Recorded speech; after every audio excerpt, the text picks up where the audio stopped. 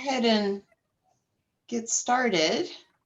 Tonight's webinar is brought to you by our friend Chris Harr, who volunteered to talk about pre-flight maintenance. And I was really excited at this idea because we actually, in our ride waiver, declared that we will come prepared with a well-maintained bike, right? And yeah, somebody's laughing, and it is funny because my bike's sitting in my car right now, and it's got a lot of dirt on it. And I have recently had to inspect the cables and the tires and the chain for a number of reasons. But it sounds like a cat or something going on.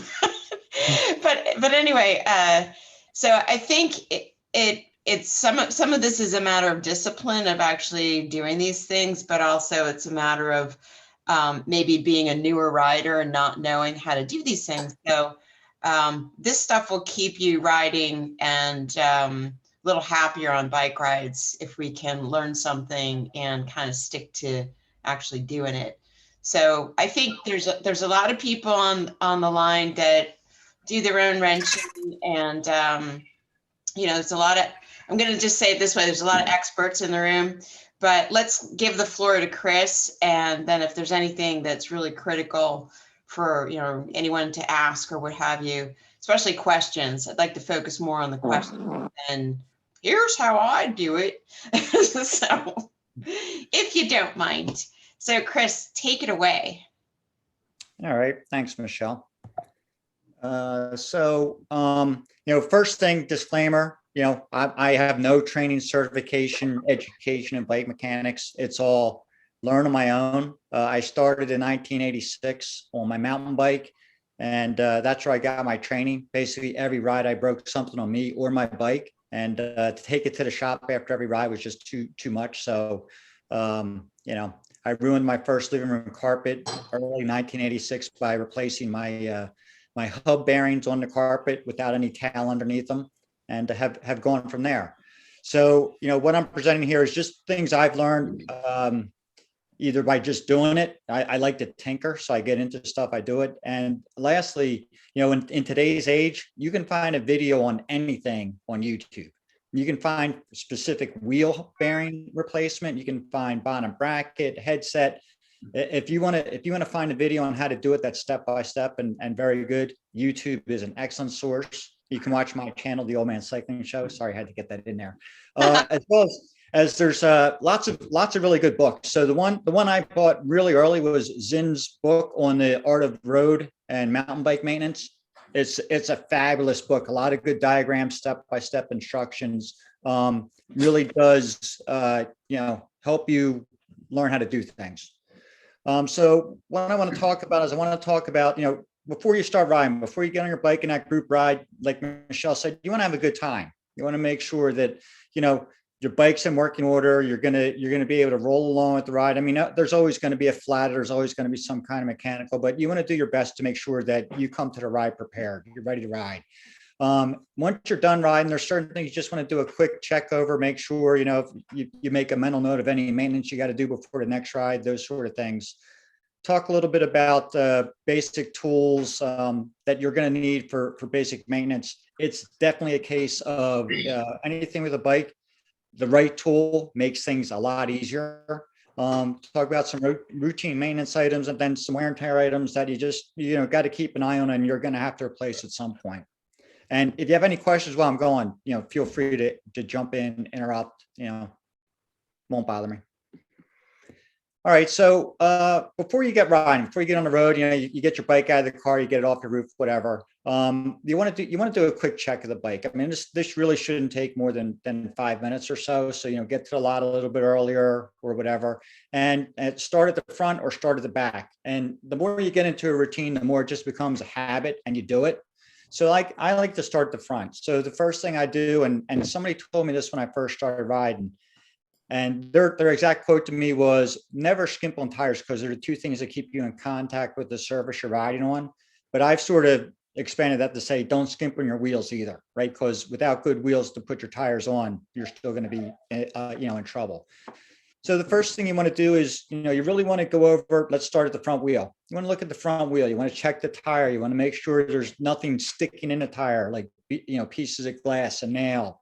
If you're running tubeless tires, you want to make sure you don't see any sealant leaks that might indicate that, you have a hole in there that might not be properly sealed. You want to see if the tire's bulging.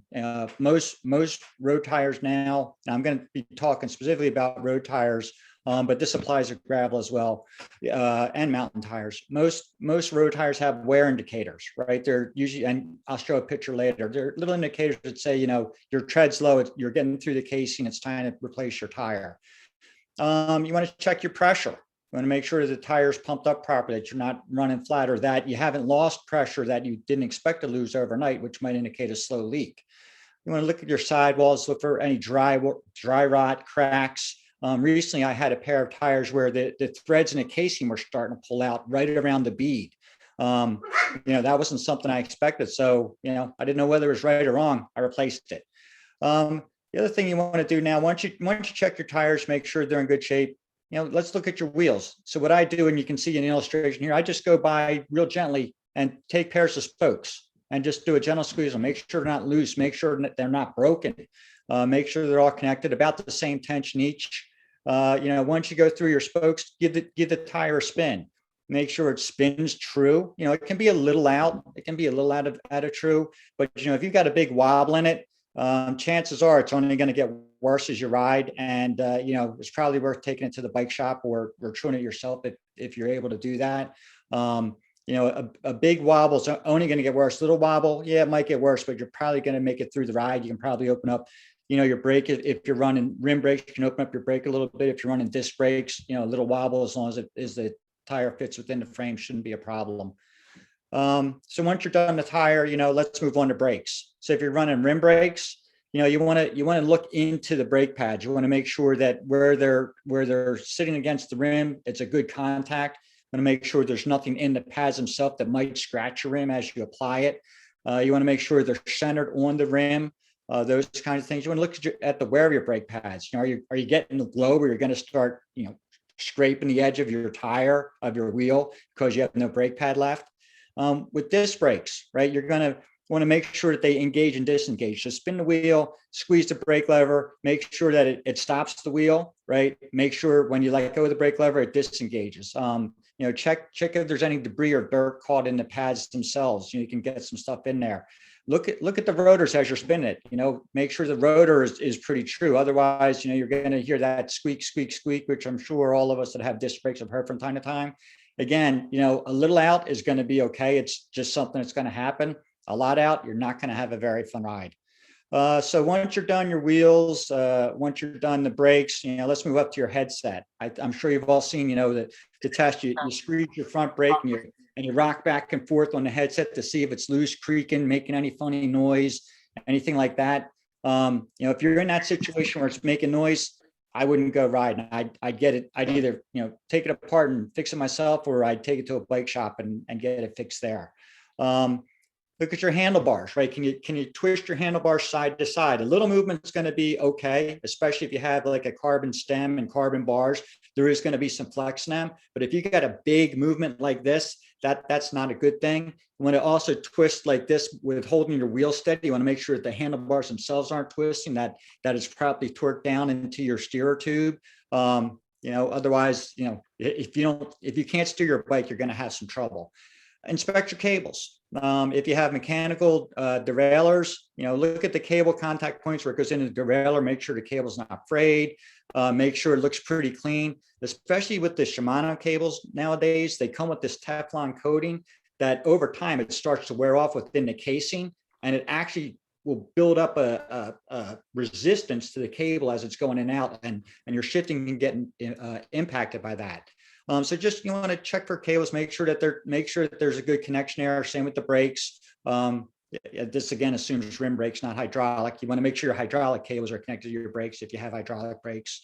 You want to just make sure that things look right, that they're going to hold up, that they're not going to snap the first time, you try to shift a gear, or the first time you try to squeeze your rear brake. That'd be bad.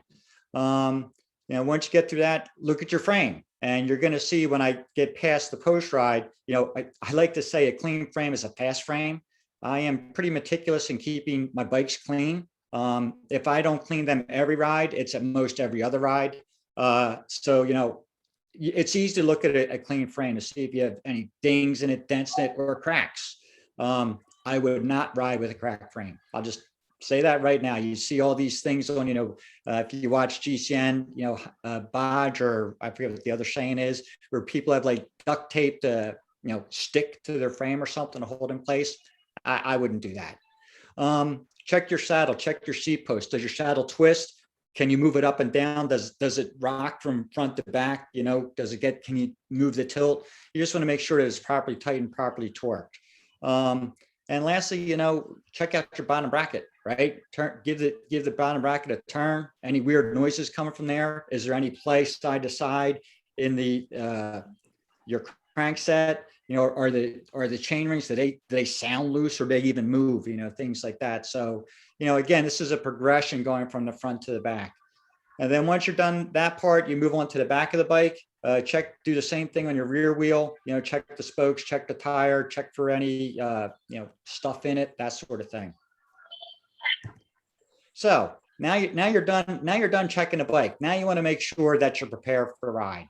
So this is just some of the things, and your list may vary. I have my pump there, my shoes, my lights are charged.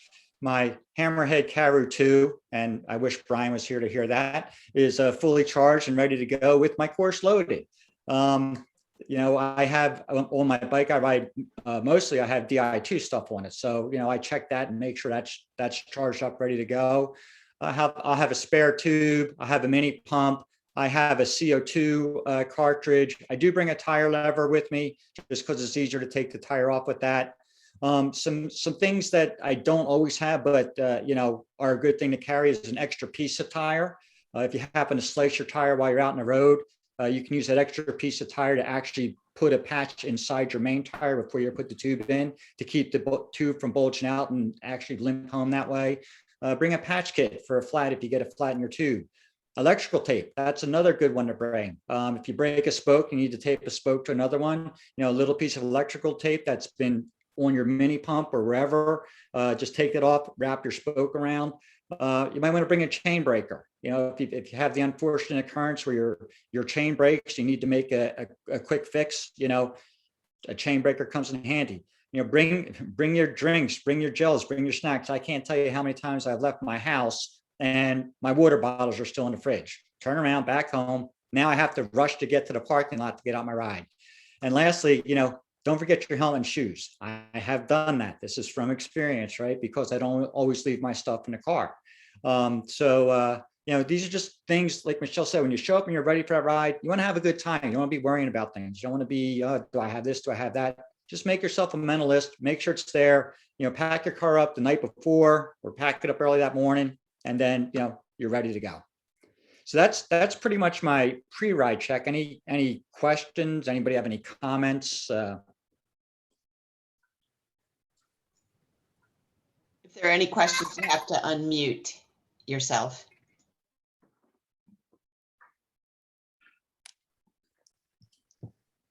All right, well, I'm going to keep moving on then. All right, so now you're done your ride, right? So you're back. Give yourself your socially safe high five or elbow pump. You deserved it. You had a good ride, good for you. You were out enjoying it. Now it's time to start making mental notes of anything you noticed on the ride, right? Did I break anything? Did anything sound funny? Did anything feel funny? Was my steering feeling off? Did my front wheel rub? Did my rear wheel, start to wobble? Those kind of things. Just make yourself mental notes of things you got to check more closely when you get back home. Inspect your bike. Look at it. Did anything hit it? Like, did you run over any deep potholes on it? Did you potentially damage your rim? I know the roads, especially this time of year, they're filled with potholes. Just from a personal, I guess you would call it cleanliness, hygiene type of thing. remove your sweaty clothes. It's not good for your skin. And if you have a long ride to go home, you probably don't want to be sitting in your sweaty clothes for an hour driving home. Another thing, assess your bike. How dirty is it? Do you need to do a full clean? At the very least, especially for someone like me that sweats a lot, and for those of you who have been unfortunate enough to ride behind me on group rides, you probably feel like you've been riding in the rain. Do I need to do a full rinse of it, or can I just try to get the salt water off, especially the headset, and seat posts? Those are areas that really trap moisture. I replace my headset pretty much every year. We'll get to that in a minute. But your seat post, if your sweat gets down a seat post, especially if you're running like a carbon post or where you have a carbon frame, it'll start to creak because that corrosion in there is getting rid of that carbon binder paste. It breaks it down, and now you have that squeak noise that every time you shift from side to side, you're like, what the heck is that noise? So just pay attention. How dirty is my bike? Again, did you get any flats? Do you need to patch any tubes? Do you need to replace any tires? Do you need to pay somebody back a tube because you borrowed one? Anything like that. Just, this is all about making notes of things you have to do before your next ride, so your next ride's enjoyable as the one you just had, hopefully. And then lastly, just remember, recharge those lights, recharge those electronics, just so that the next time you're going to ride, you're all set, you're ready to go.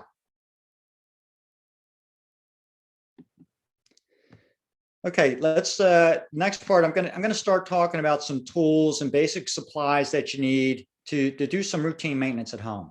Now, the first one right off the bat is a bike stand. It's not an absolute necessity, but it's helpful. Now you'll see in this particular picture, the bike that's in that stand is a steel bike. That's why I have it actually clamped to the tube itself.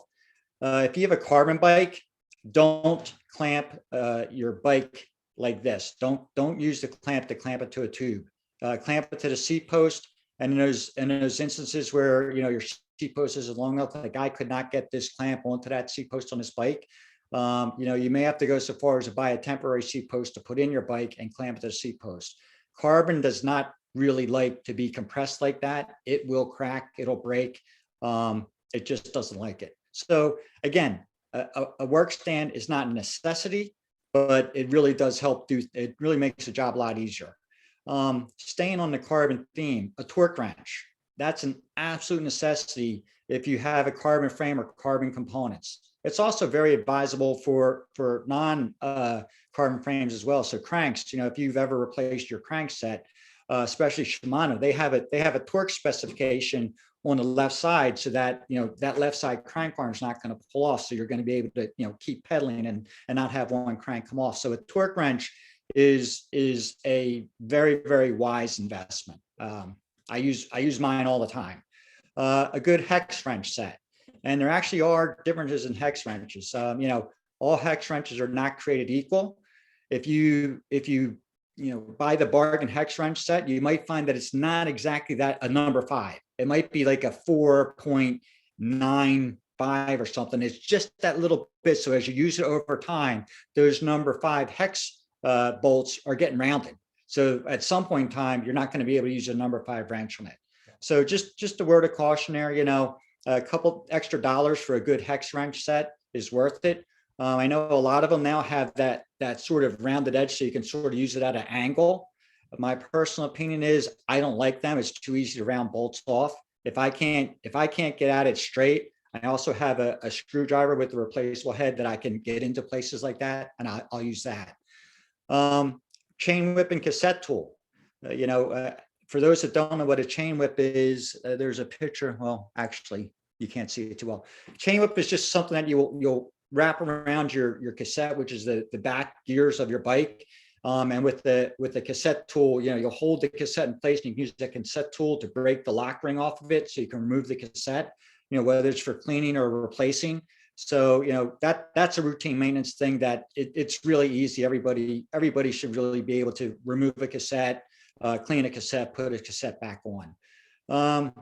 Grease is on here, and chain lube's on here, but we're going to have a whole section about lube. I have a special slide just for Michelle about lube, which we'll get to in a couple. But these are just some of the tools that you're going to want to be able to do maintenance on your own. Okay, so actually here, this, if you can see my cursor, this blue handle thing up here, that's a chain whip for those that haven't seen it. This part of the chain actually wraps around your cassette, and there's another piece here that it sort of sits in. That in combination with here, this is my cassette lock ring tool.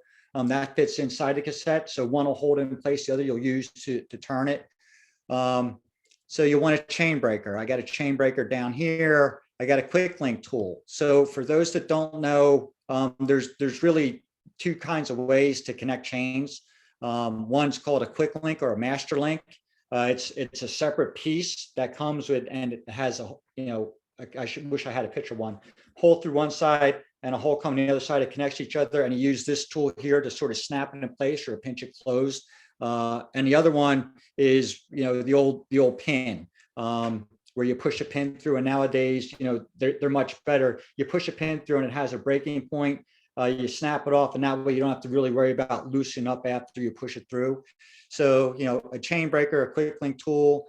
You want tire levers. Again, they are just really helpful to remove tires, put tires back on. An air pump, obviously, a patch kit, tubeless sealant if you run tubeless tires, spare tubes. Again, piece of an old tire that you can use to patch things up. CO2 cartridges and a quick connector for the CO2 pump. Sorry, I moved ahead, but we're on this anyway. Any questions on the basic tools? Or questions on usage of any of the basic tools?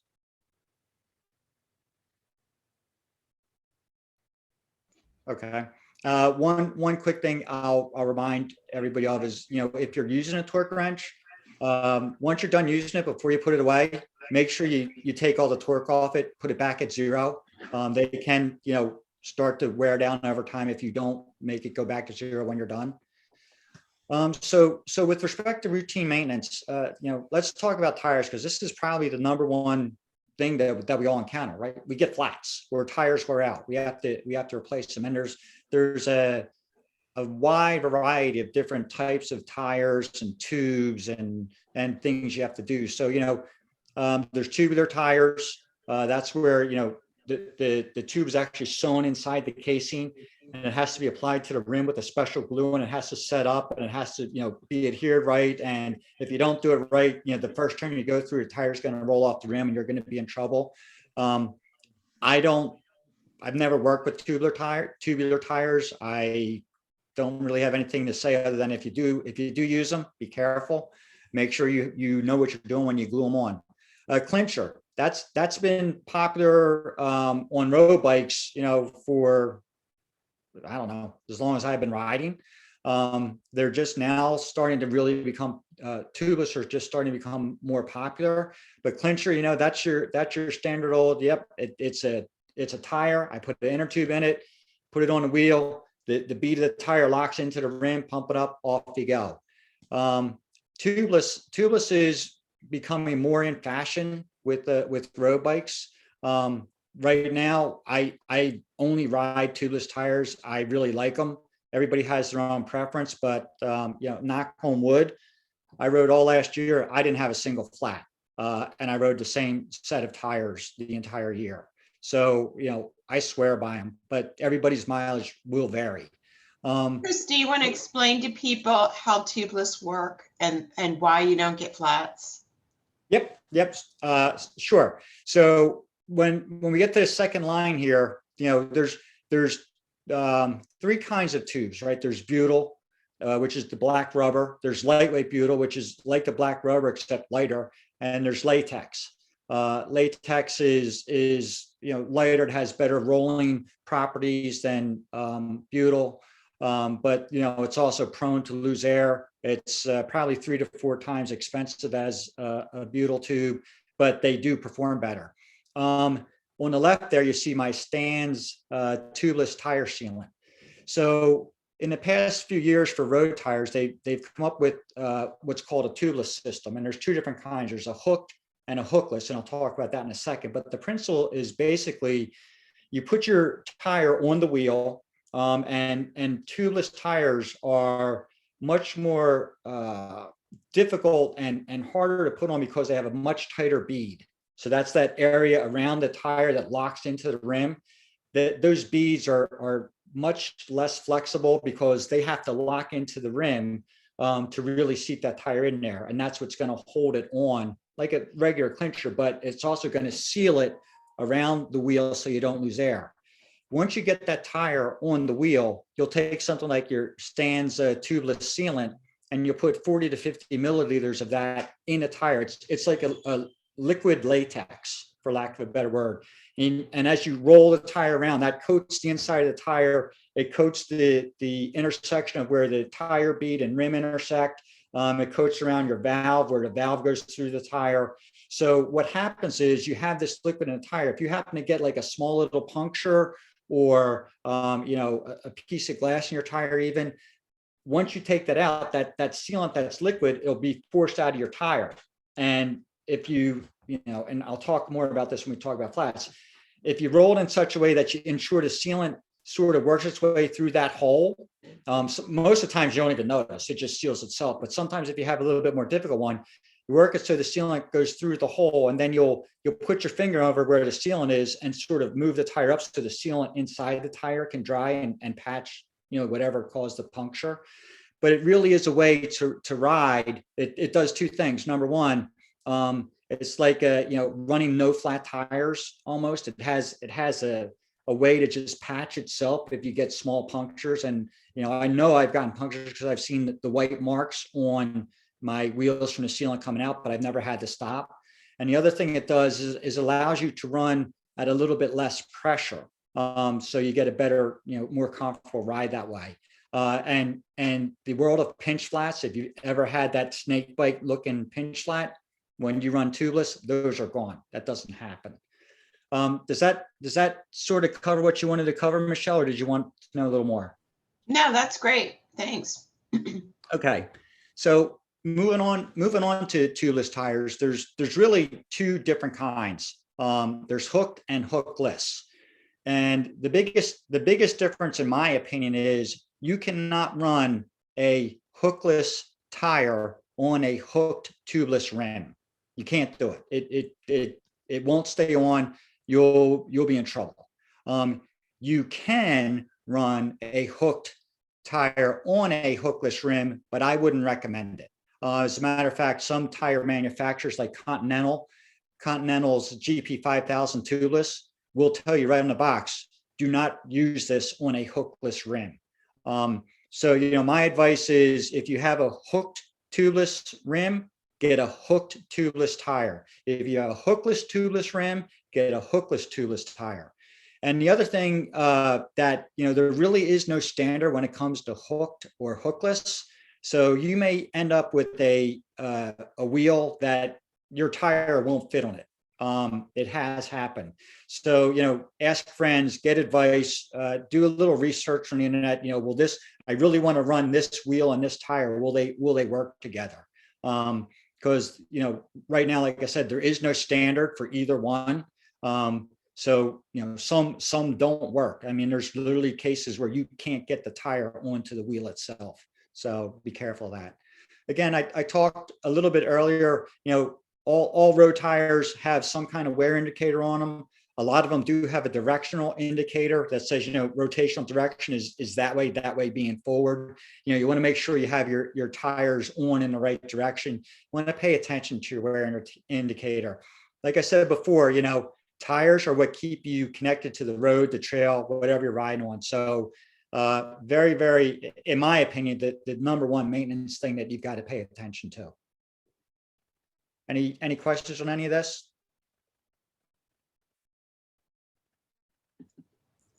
Okay, so now we're going to talk about a little bit, when to replace. So there's some obvious ones, right? If your sidewall slashed or, you got a big rip in your tire, you're going to want to replace it.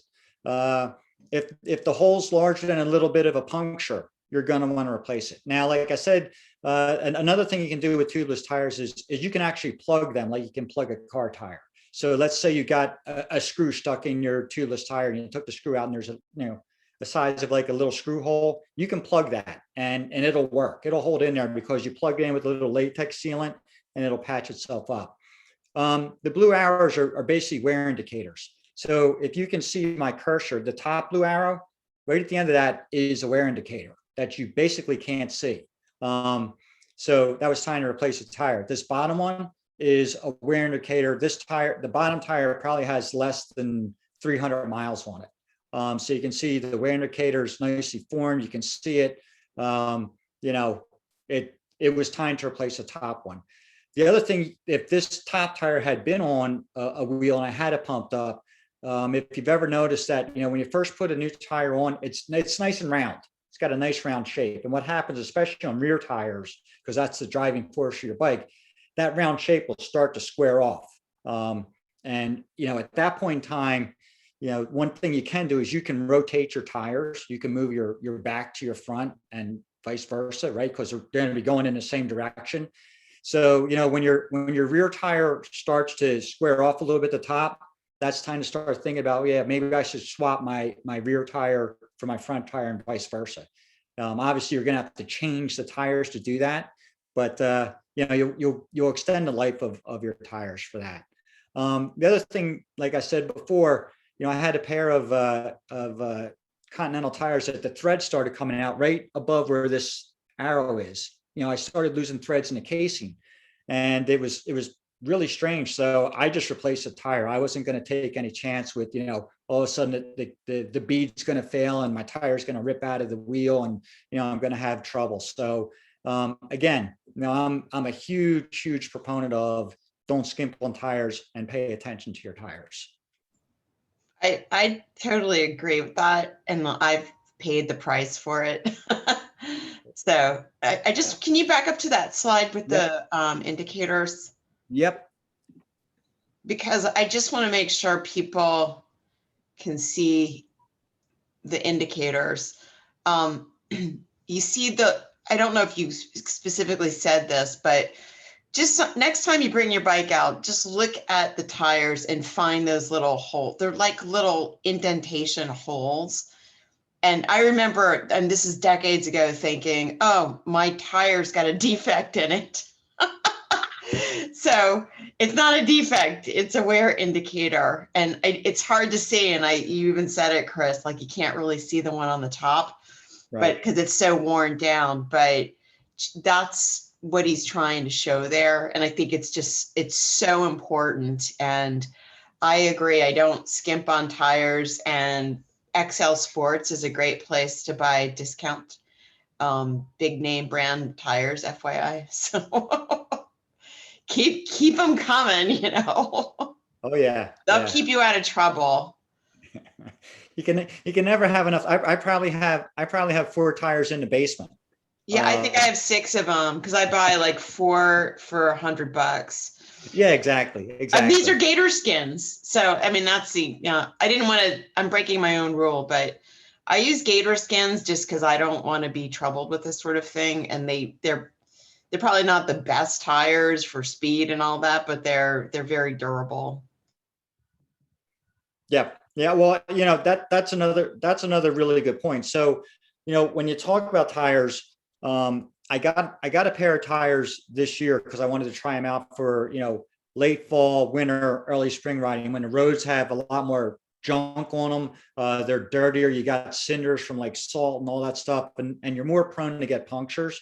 So I bought a set of tires specifically for that reason. They have an extra Kevlar bead in them. They're a little bit heavier than my normal tires, but I'll tell you, they were great. And you know, I would highly recommend them. I did a video on them. Again, plug in the Old Man Cycling Show. I did a video on them. So if you're interested in them, feel free to go look at that video. But yeah, I mean, you can get different tires for different seasons, right? So they have tires that have you know, more tread on them for wet riding type conditions or sloppy conditions. You know, and then they have tires that have special compounds that they're all about speed and being able to bomb through a corner as fast as you can. So, you know, tires are definitely something that will improve your bike handling and can make your bike handling safer. So we're going to go on to the next one. Yep. Thank you. All right. So, you know, how do you replace your tires? This might be overkill, but I figured, hey, I would just show it anyway. So first off, there's literally hundreds of videos on YouTube on how to replace tires. So I figured, what's 101? So I made another one. But they're pretty common steps, whether you have a flat or whether you're just replacing tire because it's time to replace it. So the first thing you're going to do is you're going to let all the air out of the tire. If you're replacing a tubeless tire, a word of warning: make sure you have plenty of rags around, or do it outside on the grass, because that sealant, you have 40 to 50 milliliters of liquid, and some of it's going to be dried around the tire, but you're still going to have a fair amount of liquid within that tire. That when you break that bead and you start to take that tire off, that liquid's coming out. So this is definitely not something you want to do on your living room carpet if you're replacing a tubeless tire.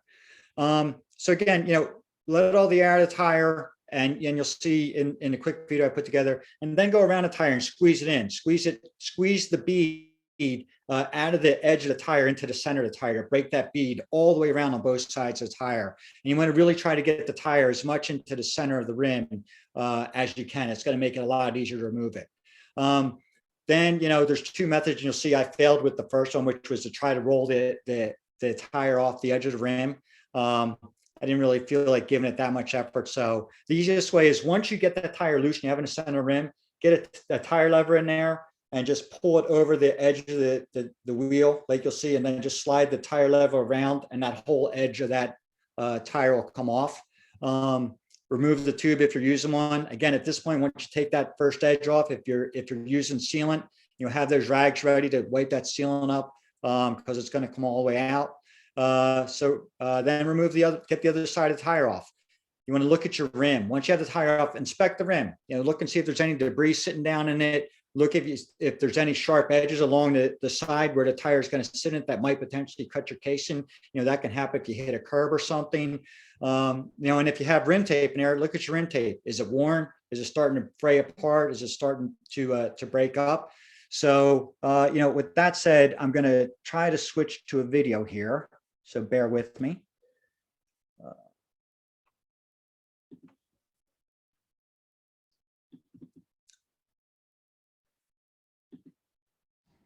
All right, so I'm going to show you how to remove the tire and basically replace the tire. So, first thing you want to do is let all the air out, obviously. And you'll like my long valve stems here. I normally run deep dish Aero wheels. Don't have any spare tubes for this kind of wheel. So once all the air is out, first thing you want to do is you want to go around the entire tire and break the bead off of the clincher. And you can actually hear it and feel it move as you go around. Just go around the whole tire, and you're going to feel that move out of the bead that the clincher's locked into. I'm going to do it on both sides.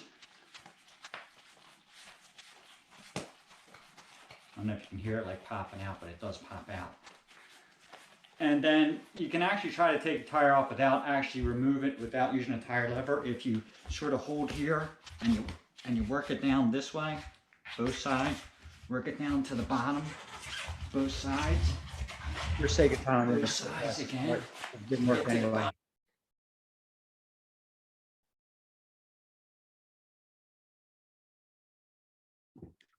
You take your tire lever, insert it, don't pinch the tube. Just pop it off, bring it all the way around. Okay, so you got that side of the tire off. Next thing you want to do is take the tube out, right? Pop him off the top here. Take the side of the tire off, and you're done. Now your tire's off the wheel. So that was the fast, simple way to remove a tire off of a wheel. Again, that it's really easy with the tire lever. Once you're losing stuff up, just go around it. It'll pop right off.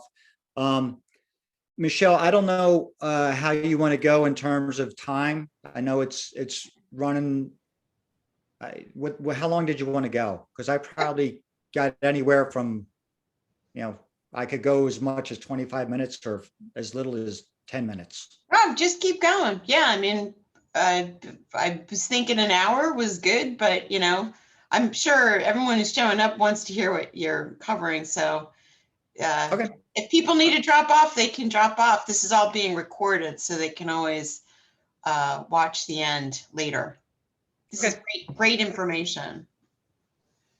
So, you know, once you remove your tire, now you're going to want to install one. And again, I'm doing a tube here, not tubeless. So, you know, the steps are pretty much the reverse of how you took it off, right? You get one side of the tire on. Again, pay attention to your directional arrows. Make sure it's in the right rotational direction. Put a small amount of air in the tube. That's so that when you go to put the tube back within the tire and wheel itself, you know, it's not all flat and it reduces the risk of pinching it as you put the other side on. You know, I start at the valve, get that part of the tire seated and work around. When you have it about 80 to 90% on the second side, that's when it's going to start getting tough. Takes a little bit of persuasion. You can use a tire lever. I prefer not to use a tire lever because sometimes if you use that lever to get that last bit of the tire onto the rim, there's a slight chance you can pinch the tube that's in there as well. And the first thing that's going to happen when you go to pump it up is it's not going to hold any air. So you can use your thumb and the meaty part of your hand here and sort of try to roll the bead up when it gets hard. And then, you know, what you do is you just want to pump it up like 30, 40 PSI and just inspect it. Make sure it's all seated right. Make sure you don't see tube hanging out anywhere. You know, make sure things are good. And then, you know, once you have it on and you're ready, you know, pump it up and take it for a ride. So I have another quick video that shows putting a tire and tube on. That should be this one.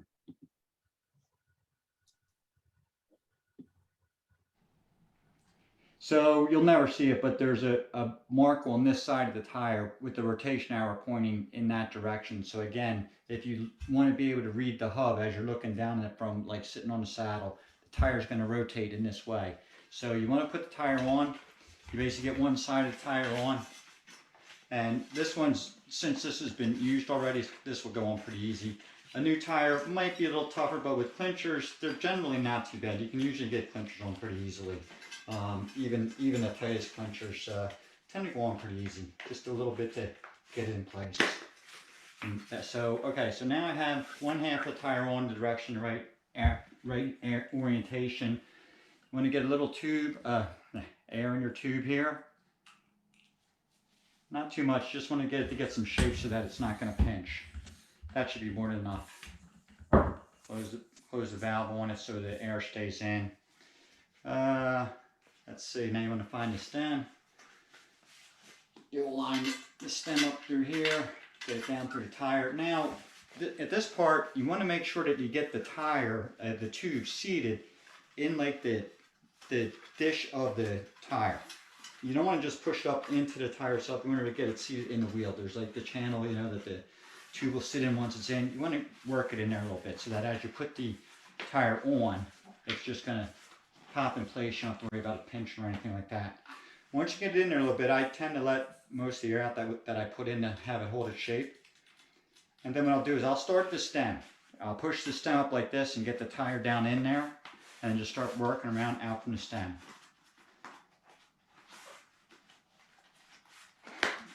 And you hear it pop in. You're going to get to a certain point and it's going to get tough.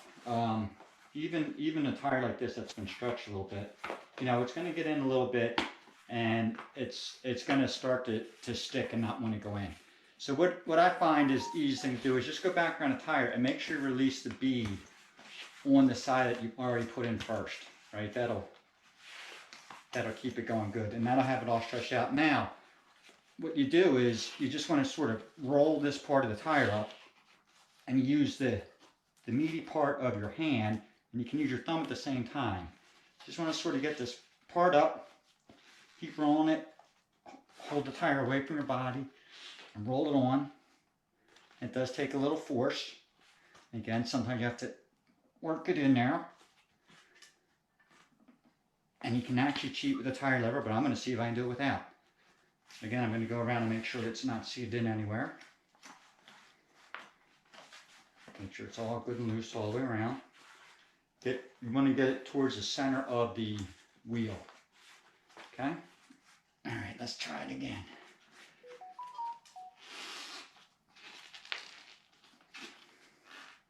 I'm trying to use this meaty part of my hand right there. Just sort of work it up in there.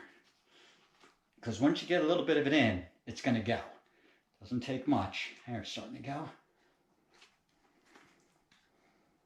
And we're just about there. One more little bit, all to do it.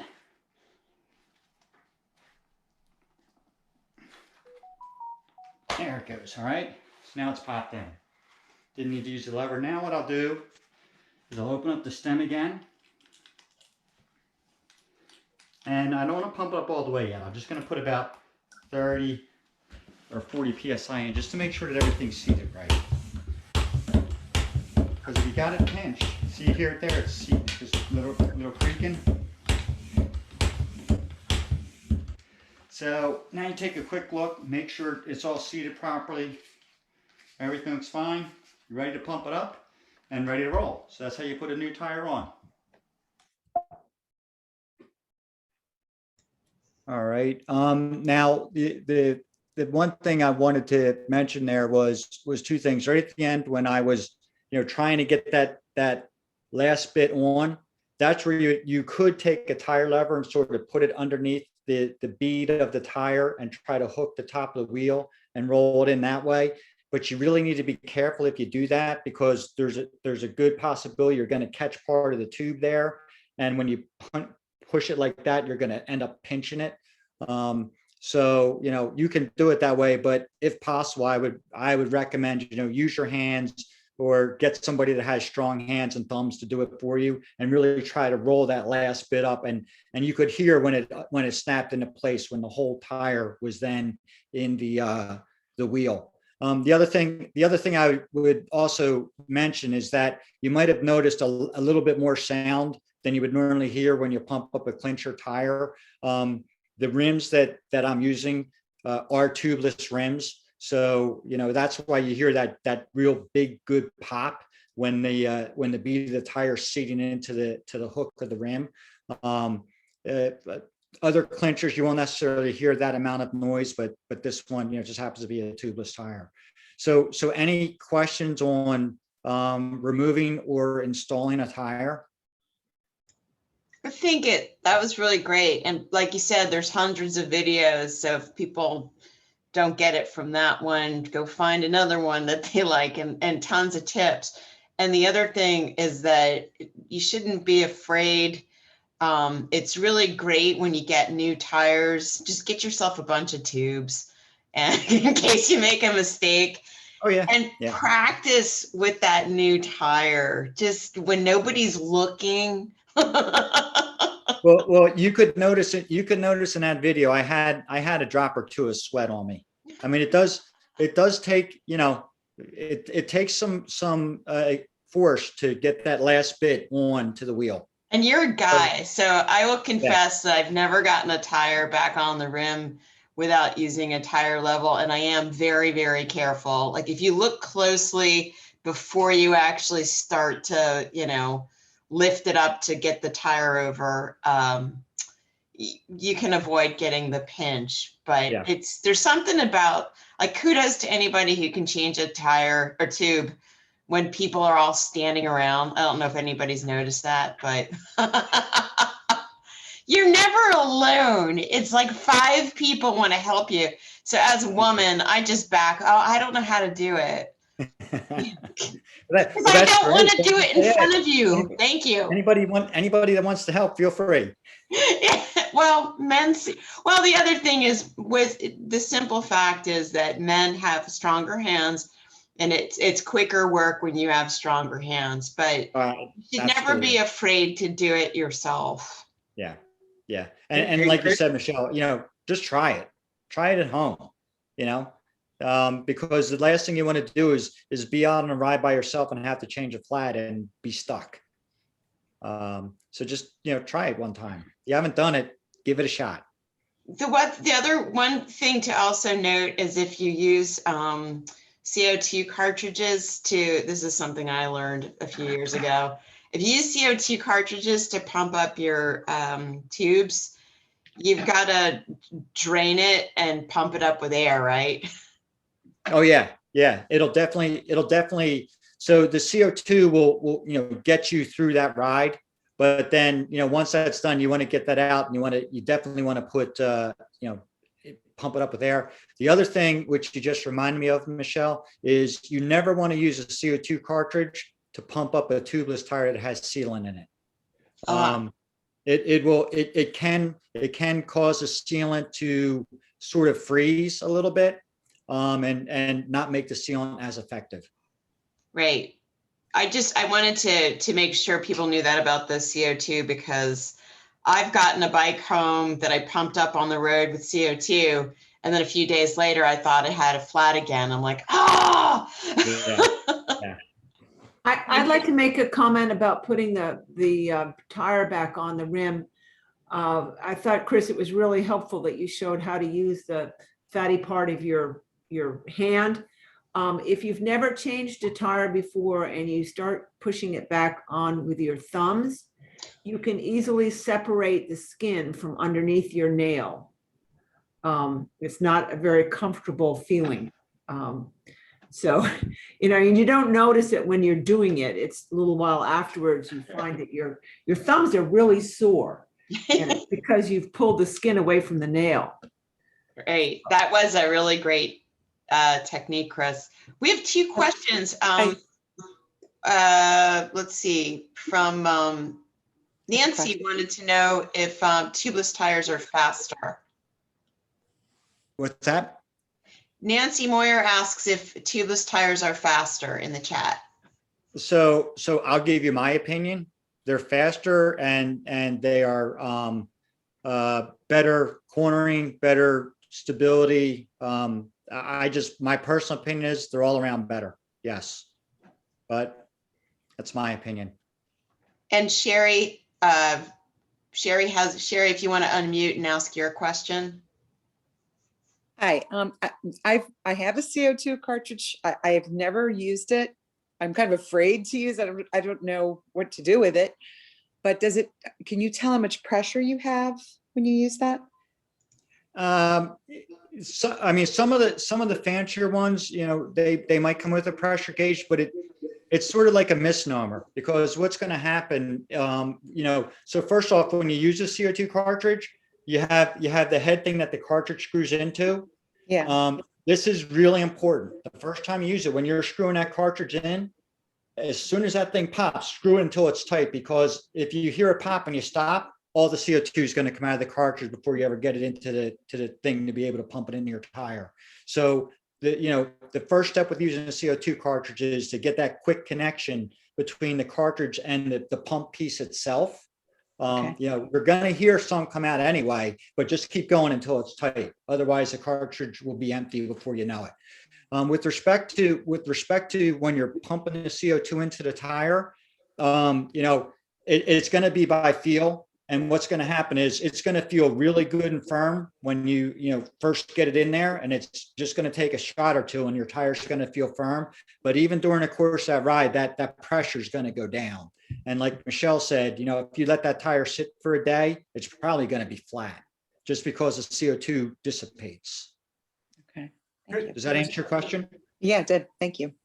Aren't there two different size CO2 cartridges, right? A 16 gram and a 20 gram, 20 for the high pressure tires and 16 for low or something? Is that what it is?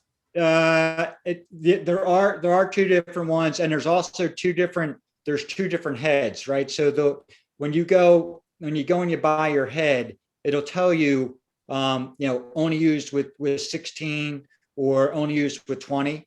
Yeah. I don't know if the threads are different. I've never really looked. But is that some way to control the pressure? Going back to the question, I always assume that if you use a 16 on I would worry about overinflating my tire, I guess is what I would worry about, not versus underinflating it. So anyway, probably won't be a problem. Not a problem. Okay. But I would be not worried about overinflating with a hand pump, or I can't speak to CO2. Yeah, well, CO2 is what I was talking about, but you're, yeah. It would take forever. So anyway. Yeah, I mean, I've dumped the whole CO2 cartridge in the tire and it feels hard as a rock. But at the same point in time, I don't know what the pressure was. But Hey, then by Chris, the end of the ride, it was and getting just- a little and just- squishy again. Get tubeless tires and then you don't have to worry about CO2. Yeah, exactly. Great. All right, let's keep moving. Great. Can I share something about changing tires that, you know, I've been riding for 30 years and I learned something last year. I was on a cross-country trip last year that got stunted because of COVID. I had 3 flat tires within 100 yards. And of course it was raining and I changed the first one in the mud. And you run your thumb on the inside of the tire to see what caused the flat in the first place. Didn't find any glass or any thorn or anything. Changed the tire, put the new tube in. 10 feet later, got my second flat. Stupid me. First of all, I'm like the father in Christmas Story. I'm like, okay, here's a flat tire. I'm ready to go. Start timing me. After the third flat, I ran out of spares. The mechanic came. I spent all my time that night talking to the mechanics. He got the tire itself and he put his thumbs on either side of the tire and split it. And lo and behold, there was a piece of glass there that was not visible or even felt when I ran my thumb on the inside of the tire. You couldn't feel it, you couldn't see it, but it was there. And if I had 10 more tubes, I would have had 10 more flats, if not for him. So the way he got that and spread the tire all the way, did all 360 degrees of the tire, he found the piece of glass that I never found or never even looked for in the first place. Right. Yeah, another good tip there is, so pay attention when you get a flat, pay attention to, you know, when you take the tube out to find out where the flat is, try to remember the orientation of the tube within the tire, because your tire really isn't going to move if you're just taking the one side off and fixing a flat. And then when you go to check your tube to find out where the flat is, you can find the hole in the tube and go back to how it was sort of oriented in the tire. And that'll give you an indication as to, you know, where whatever caused the flat might be. You know, that's another way to try to narrow down what's going on. Cool. Okay, so let's move on. Okay, I just want to talk a little bit about, you know, installing tubeless tires because they are becoming more popular, especially on the road. Again, you know, same thing as a clincher. You get one side on, you want to pay attention. Like I said, tubeless will be more difficult. There's much less play in the bead. And that's so that it really seats into the hook of the, I run hooked tubeless tires. That's so it really sits into that hook of the rim really well. When you get that first side on and you want to get the second side on, this is where it really becomes important. You want to make sure that the side that's on the wheel is as much in the center of the wheel as possible. You don't want it out near where the hook of the tire is, because that actually, you know, lessens the amount of tire you have to play with to get the second side on. Again, same method as putting the tube tire on. You know, try to roll that on. And I'm just going to tell you now, it's going to be harder to do a tubeless tire than it was to be you know, an inner tube tire. But that's a good thing because you do want it sealed on there. Once you have the tire fully on, you know, it generally takes a good blast of air to get that tire to pop out and the seat into the hooks of the rim, or for hookless, you know, to get the hookless tire to seat into the rim. As you can see in a picture here, I have this thing called an air shot. I can pump that up with my pump to like between 160 and 180 PSI. And, you know, I take the valve core out of my tubeless stem, and I put that air shot on top of that, and I just let that puppy blast. And like you heard in the video when I was pumping on my tire, you hear those cracks, and that's letting you know that tubeless tire is seating properly into the hooked rim part.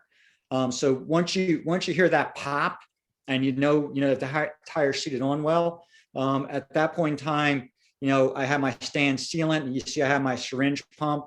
That little blue thing is actually a stem remover. That's what takes the core of the valve out, so I can put the syringe right onto to the valve and pump the 40 to 50 milliliters of liquid in there. When you do that, you want to make sure that your stem is a little bit less than 90 degrees so that as the sealant goes in, it runs down to the bottom of the tire. Don't have your stem at the bottom of the tire and don't have it at the top, because what's going to happen there is a lot of that sealant then is just going to come right back and sit in the stem itself and potentially get that all gooked up for when you stick the valve in to let the tire in, and you won't be able to pump it up as easily. So once you have the sealant in there and you have both sides on, now you want to pump it up to about 20 to 40 PSI. You don't want to make it rock hard, because all you want to do at this point is you want to get shape to the tire. You want to make sure that the tire is well seated within the rim. Now you want to just work the tire around, and I'll show you what I mean in 1 second here. So if this, hopefully you can see this. If this was a tubeless tire and I just got through those steps, I'm going to go like this. I'm going to work the sealant around the tire. I'm going to flip it over. I'm going to do the same thing. That's to really get the inside of the tire coated with the sealant, as well as let the sealant work down into the connection between the bead of the tire and the hook on the rim. And you really want to let that get in there. And if possible, you want to let that sit overnight. And then when you come down, in the morning or whatever, just look, is my tire completely out of air, which means that I probably don't have a pretty good seal. So, you might have to pump it up again. You might have to stick a little bit more sealant in, especially if you see like white, which is the color of the sealant. If you see white coming out, at the connection between the rim and the tire, you probably want to go back and try to give it another blast of air to get it seated better again. And there are occasions where, some tires are more porous. You can read reviews online. Some tire sidewalls are more porous than others. And, it may take, 1 or 2 sealant attempts before you actually get that sealed up good enough. So once you're sure that the tire is properly seated, pump it up to your pressure that you want, and, you're good to go. Any questions on tubeless? And by the way, I highly recommend it. If you haven't tried it yet, highly recommend it. A quick question: we get to change the rims to go tubeless? Yes. So if you go back, there's 2 kind of tubeless rims. There's a hooked rim and there's a hookless rim. A hooked rim is very similar to what a clincher rim looks like. There's actually a channel that the bead of the tire sits in. So the recommendation would be, if you have a hooked tubeless rim, you want to use a hooked tubeless tire. If you have a hookless tubeless rim, you want to use a hookless tubeless tire. You cannot put a tubeless tire on a regular clincher rim and run it tubeless. People have experimented with it. It's not safe. That tire will more likely come off than not. You can, just like the tire I have in the video, that's a tubeless wheel, but I'm running a tube in it. So you can run a tube on a hooked rim, a hooked tubeless rim with an inner tube. Does that answer your question? Sort of, yes. I think, Okay. Steve, when you're shopping, they'll say tubeless compatible. Yep. Oh, Right. okay. All right. So now we're back to one of my favorite subjects. A clean bike is a fast, happy bike. So like I said earlier, if I don't clean my bike after every ride, it's every other. And then I have a method to my madness of how I clean my bike. I always start with the drivetrain. I figure, the longer I let stuff sit in the drivetrain and break it down, the cleaner it's going to be. I am environmentally conscious in that I use a biodegradable degreaser. Simple Green works very well, or Muck Off has a really, really good degreaser. I just started using the Muck Off one, and it's awesome. You can see in a picture here, I have the industrial chain cleaner. I've broken probably 10 of those plastic ones. So I spent some money and I bought a Park Tool metal one.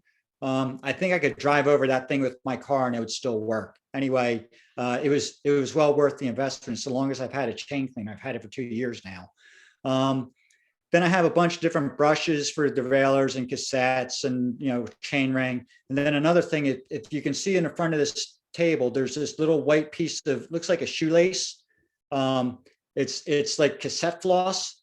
That stuff is absolutely the bomb. It lets you get into the between the cogs on your cassette and really get in there deep and clean it out any dirt, grime, especially if you have, some degreaser on there. It polishes everything up. One thing that I want to warn you about, as you're putting the degreaser on your chain and, you're getting your drivetrain cleaned up, just be careful of your disc brake rotors and pads. I know this stuff should wash off, but, I try to avoid any contamination possible with my disc brake pads or the brake itself. So just be careful of that. And then, my next step in this is, once I have the drivetrain clean, I take the wheels out so I can really focus on the frame. So a rag and gasoline isn't good enough? People can clean their chain and drivetrain any way they want. But Well, I can see just leave it how there. I can see how clean drive chain would help you shift gears, but once you're in the desired gear, does it make it easier to pedal in layman's terms? So if you take the drivetrain as a whole, yes, a clean chain by itself, it'll save some wattage because it won't have as much friction. As it's clean, there's no grit in there to cause additional friction. So yeah, overall, a clean chain will definitely help. How much I couldn't tell you, but anything you can do to reduce friction or binding or resistance as it's going through the drivetrain is definitely going to help.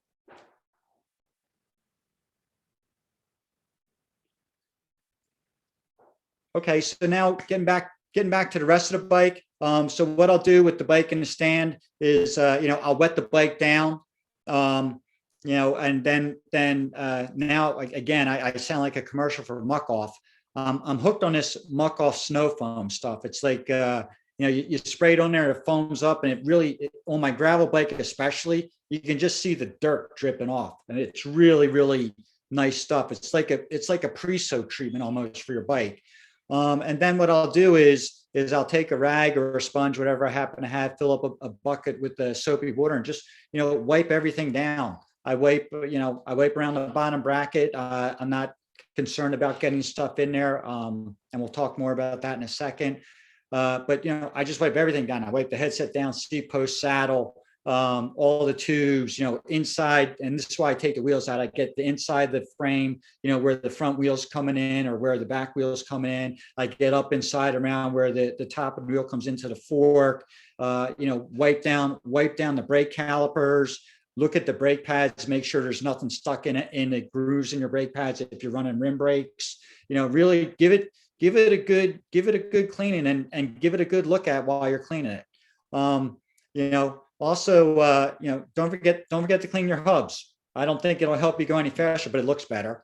And then, again, for me, I am a profuse sweater. So anything that can accumulate sweat and sort of get into things and break them down. So again, it's the headset, it's the bottom bracket, it's the seat post, it's the down tube, anything around there, I really pay attention to and really, try to clean it off.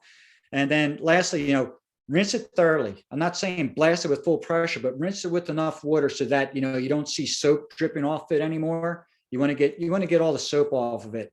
It'll just help keep the finish nicer. And then what I do when I'm done, I dry it off. I have some terry cloth towels, dry it down. I will dry my chain off.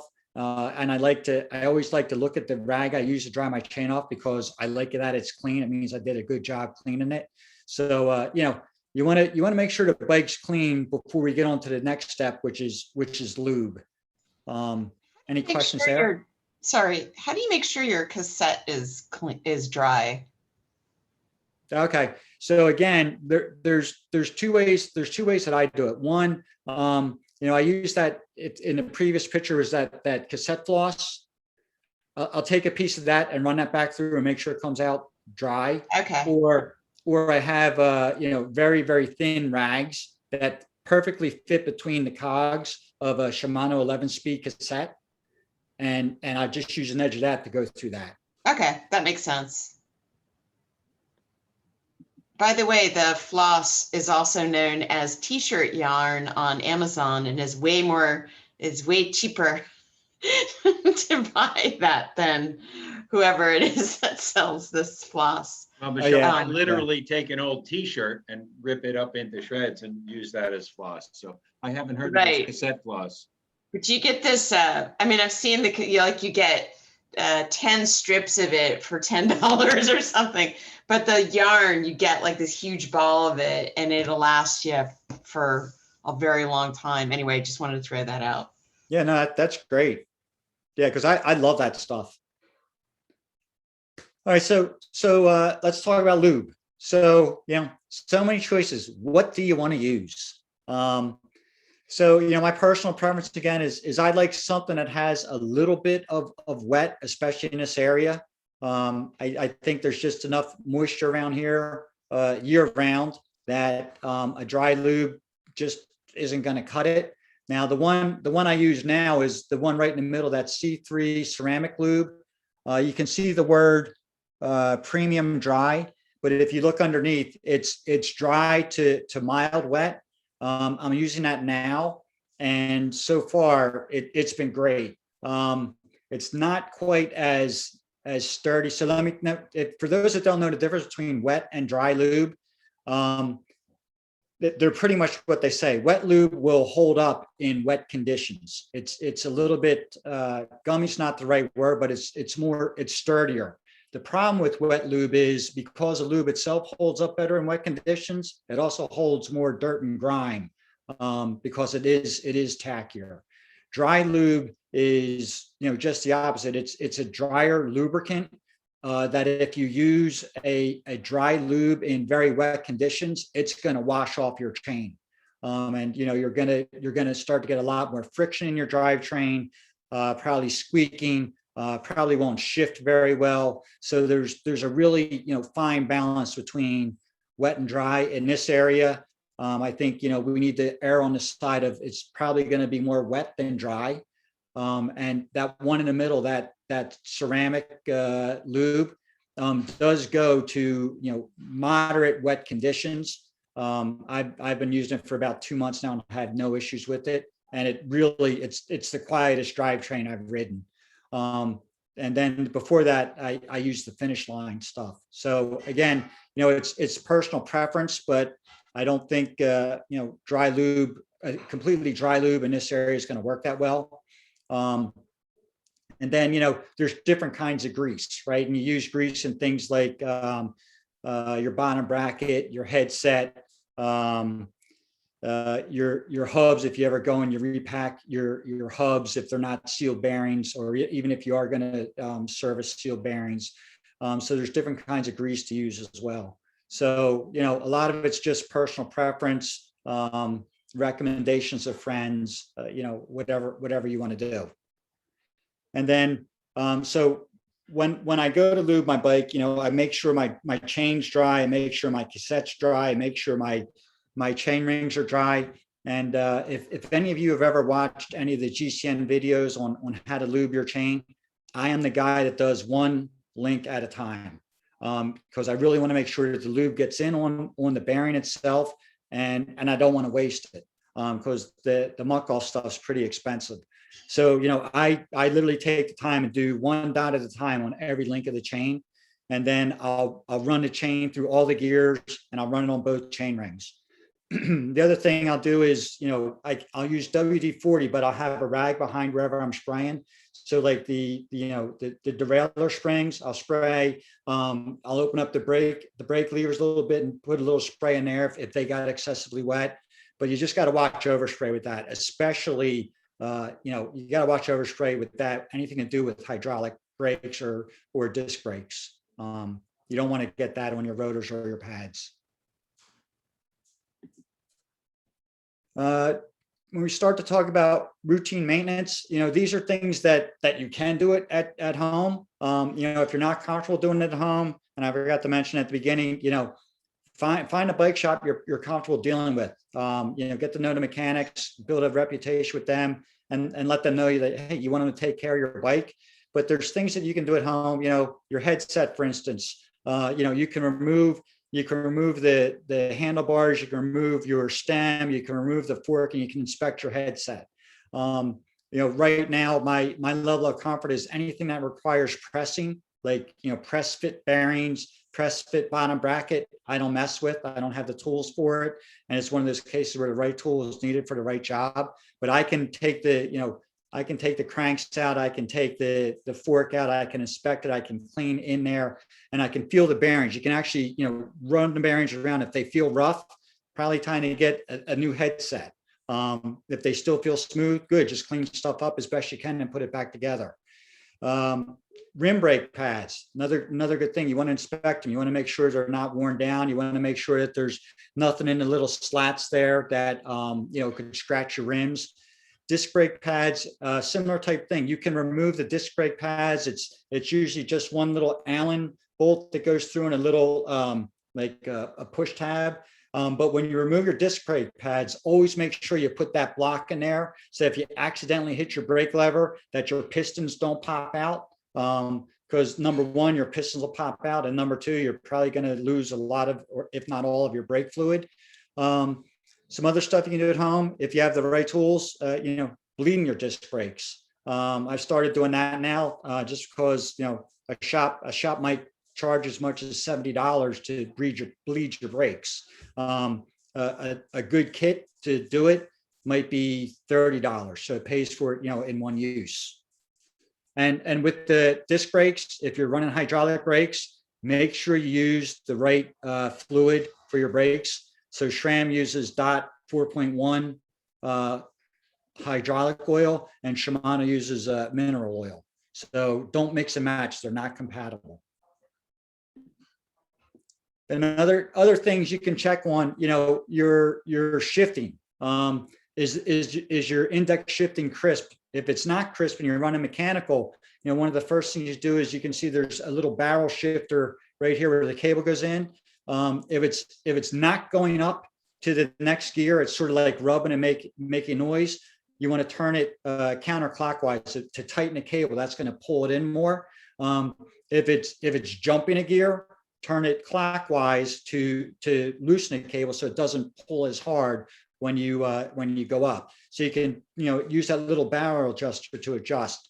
Some other causes of it might be your cable stretched too much, or it's frayed, or like I said, the Teflon coated Shimano cables, that Teflon coating wears off within the cable housing and can actually cause resistance in that cable's ability to move through the housing. So, if your cables are a couple years old and you played with the barrel adjuster and it's still not shifting right, probably time for new cables. Other things that can lead to rear shifting not being good, especially on carbon bikes, your derailleur hanger. They're on carbon bikes to protect the frame itself. They're generally very pliable aluminum, and they bend pretty easy to save your frame. It's a lot cheaper to replace a derailleur hanger than it is a frame. Check your chain for chain stretch. There's different tools out there.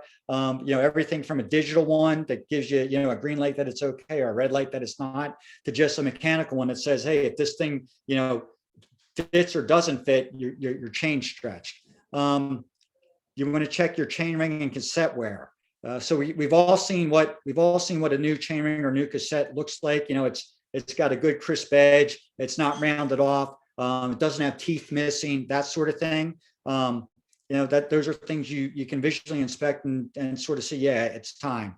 If you're throwing your chain on the front derailleur, you might want to check your limit screws. If you're throwing it to the inside, maybe your limit screw goes in too far, and you might want to adjust it to keep it out. If you're throwing it to the outside, just the opposite.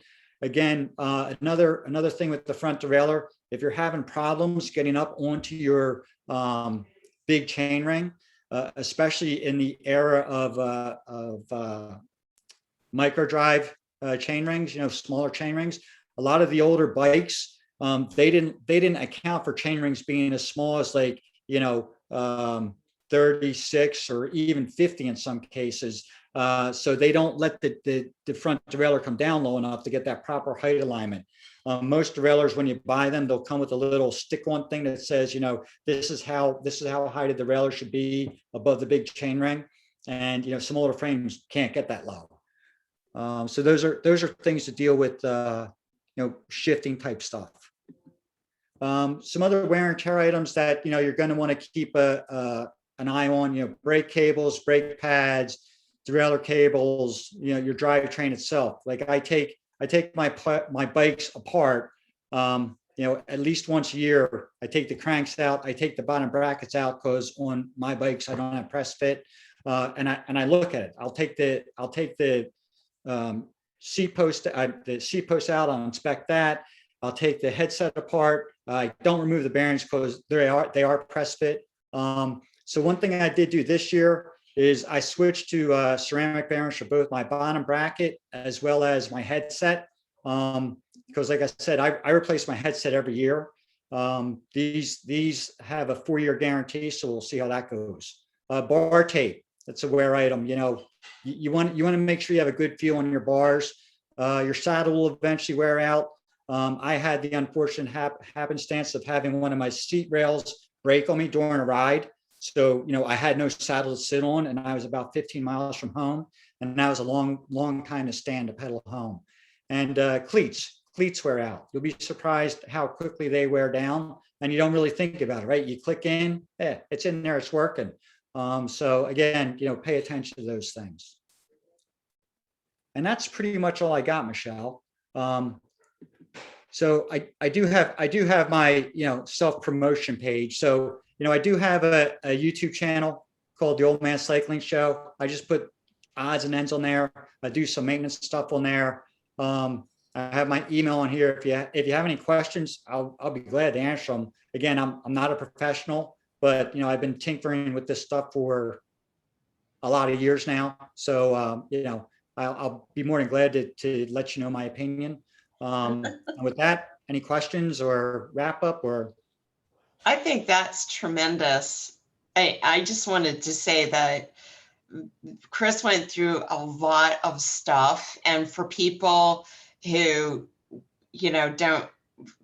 who are more intimidated by their bike, like I'm kind of intimidated by my bike, some of the things that are important are just awareness. And Chris talked about a lot of the things to look at so that you're aware that something's not right, and having that relationship with a good mechanic. You don't have to take things apart like your mechanic would.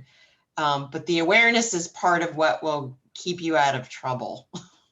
It seems like a bike stand would be a good investment. True or false?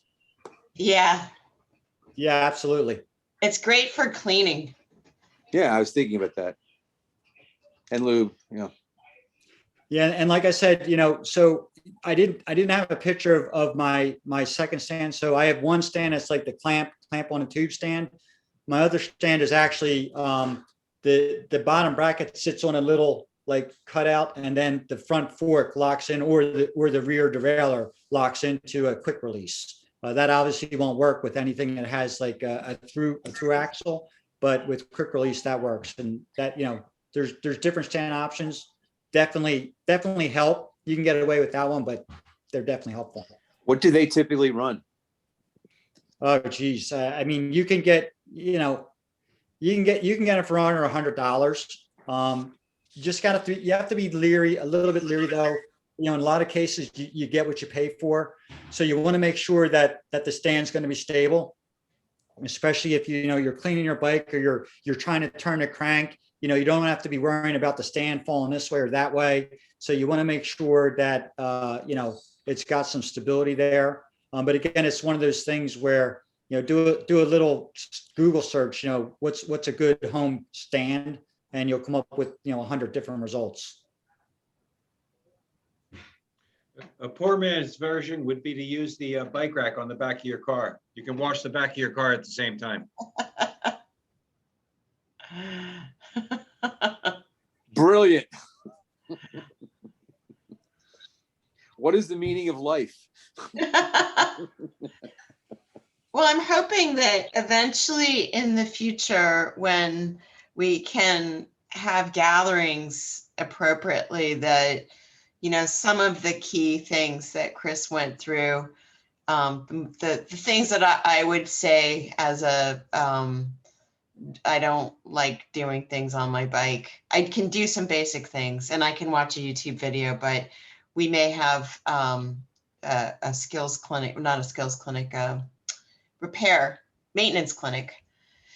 We used to have them years ago, and some of these things have gone to the wayside, but certainly everyone should be able to replace a tube, or now with the tubeless, deal with the tubeless leak or what have you, and be able to check, just at least understand. 'Cause I know in theory and webinar is one thing, but to actually, like, I could use my bike as the example. Look at these dirty screws. No wonder her front derailleur doesn't switch.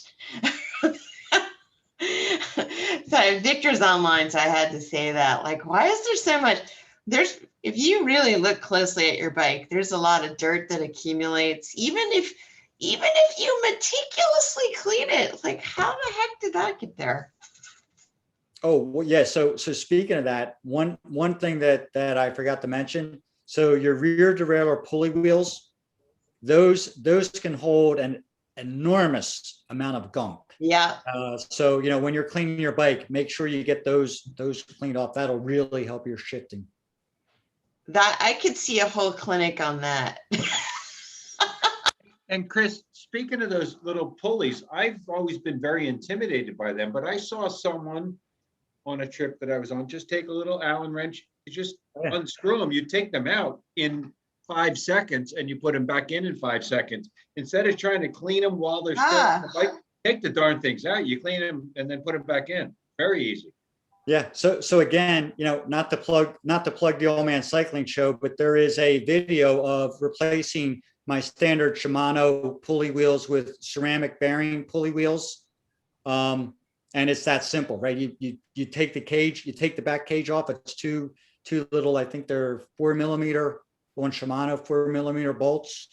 Pop them off, pop them back on, and you're good to go. Yay, that was really good. Yes, bravo. That's a lot of great information. And now, Greg, did you have a question? Greg had a question, I thought. Oh, no, I was just applauding. No, it was very well done. Thank you very informative. Thank you for putting this together, both of you. I thought you wanted to ask a chain question, no? Well, okay, Chris, since you probably should have addressed this on one of our prior rides. Thankfully, I was with someone that had tools, but what should you be looking for at your chain? I had the unfortunate incident of my chain actually snapped on a ride. It's because he's so strong. So you haven't been paying attention to your power meter. So when you want to look at your chain, Greg, look at your power meter and back off a little bit. No, but seriously, I mean, you can, there's a lot of different warning things. So, I found a problem with my chain. I would backpedal it while I was in a stand, and I could see specifically that it would jump as it went through the pulley wheels because there were two links that were not loose. They were tight. But you can also see like wear on a chain. You'll see little pieces of the plates, sort of getting indentations and breaks in them. But, in your case, like I know the story you told me, it's hard to tell. Sometimes things just break, but it's hard to tell, at that, with what happened with you, that was imminent to happen. But there are, you can look for wear on your chain. It's also time, if you can't remember last time you replaced your chain, it's probably time to replace your chain. Great, thank you.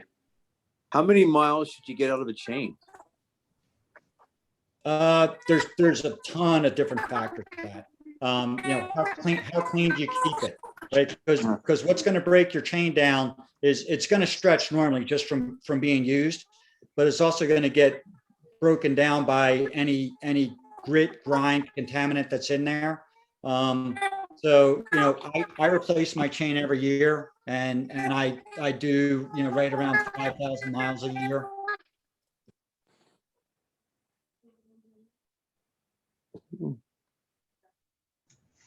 Cool.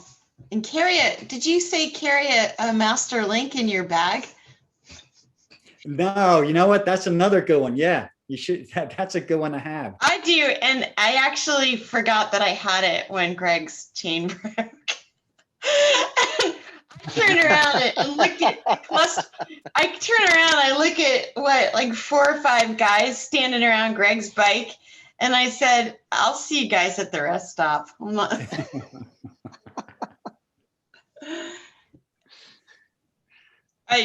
And one other thing that I keep in my bag are tweezers, like grooming tweezers, like that you would pluck a hair with, because I have the disadvantage of constantly breaking my cables.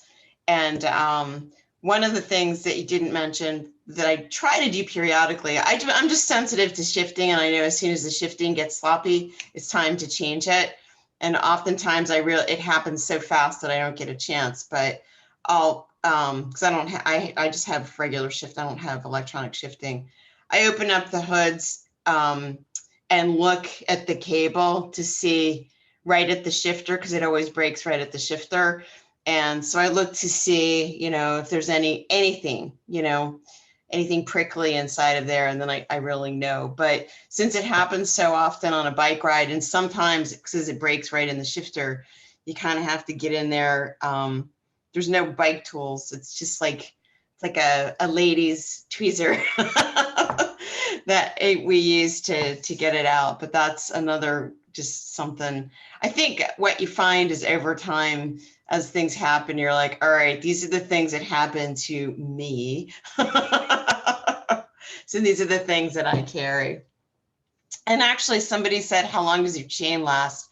I didn't used to be the kind of person who would track every mile. And now I do track my miles only for the purpose of putting down in the spreadsheet, oh, here's where I changed my chain, here's where I changed my tires.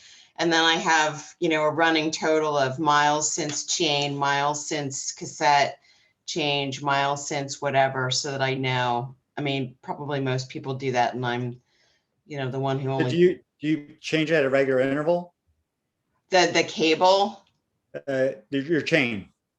My chain, I usually wait and look at, if it's not a cable, and I look, check for, like my chain. Actually, that's another point I wanted to make. My chain is actually needing to be replaced, which you can check by, I just use the stretch check by putting it in the larger chain ring and pulling on it. It shouldn't come away, that easily. So I can see some, it's hard to explain, but there's good articles out there, of course, for that. But one of the things I wanted to say to everyone is, if you don't have like a stock of cables and tubes and all that kind of stuff, I've heard that there's a lot of supply chain, backlogs on parts. So you might want to just have an assessment of what you might need in the next year and buy it now. Like chains. Oh yeah, there's that. So my frame behind me is waiting for parts. Right.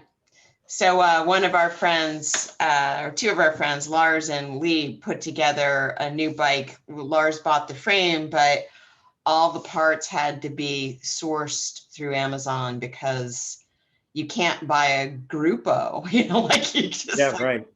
you just can't, you can't get your stuff. You have to buy it piecemeal. And I went to buy a new chain just last week, and like a regular 11 speed, whatever, compatible Shimano chain. I mean, a Shimano brand chain was like $80 for a $30 chain.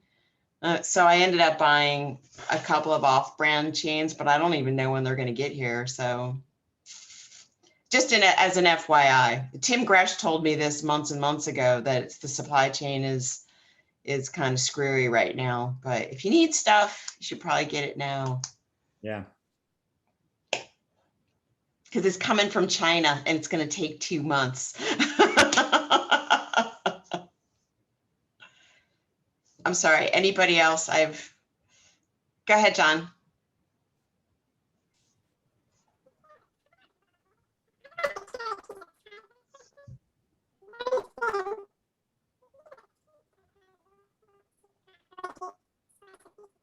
I can't hear you.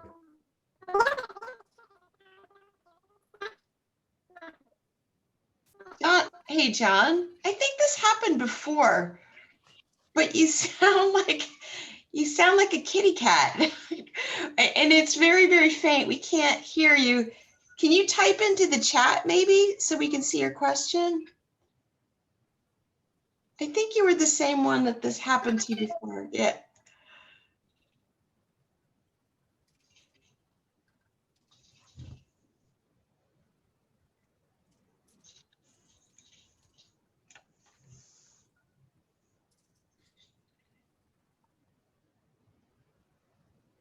Tyvek for bubbles and tires.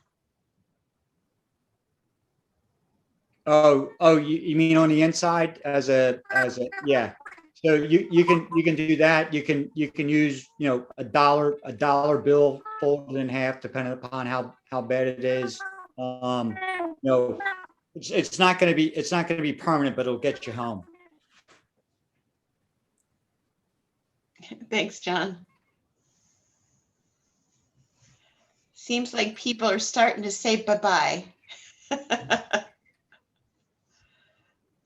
So this Hey, well, is thanks for letting me talk. letting you. Oh, such a nice presentation. I think a lot of people will benefit from it. And now your name's out there, so you may get questions. Fine. So Greg will tell you that, I'll break anything.